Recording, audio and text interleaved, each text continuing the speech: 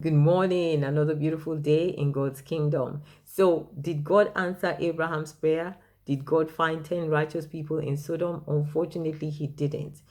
So, let's see. Judgment had to come down upon Sodom. But before judgment came, God did something very important. And let's see what it was. And so, we go into the book of Genesis, chapter 19, and we're going to read from verse 24.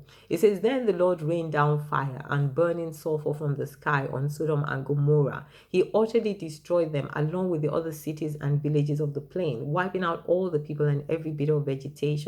But Lot's wife looked back as she was following behind Lot, and she turned into a pillar of salt.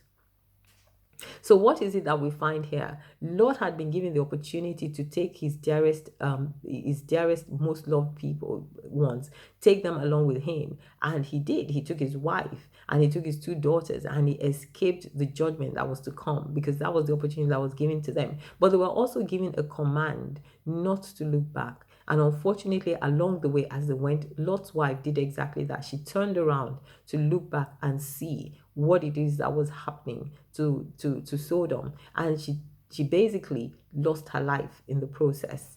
And sometimes, you see, that happens to us. We're going along life happily with people that we love. We're in a relationship that you think is for long term, and so on and so forth. And then something happens. The person tells you, "Well, I don't love you anymore," or the relationship breaks, or whatever it is. And then you make the danger. You make the error of staying in that place. Mourning the loss of that relationship, crying and weeping, and basically doing absolutely nothing with the rest of your life, just in there thinking only about your loss. Well, that is not what we're supposed to do, and that was not what Lot did. The Bible says Lot took his daughters and he kept moving on. He didn't even look back, because you see, that was the command: don't look back. And it's still true for us today, that there are things that we go through in life that are really difficult and really challenging and could be even a tragedy. But you know what? You can't stay there.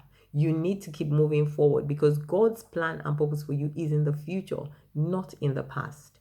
God's desire for you is something that is ahead of you, and that thing, I can tell you, is precious, is as precious as the memories that you're mourning even right now. So press on and let God begin to help you to build new memories, new relationships, to find joy in new things in life, to find joy in life. Because one thing that you cannot afford to do is to keep looking back at the past. You need to look forward and see what God has in store for you. God bless you. Have a beautiful day.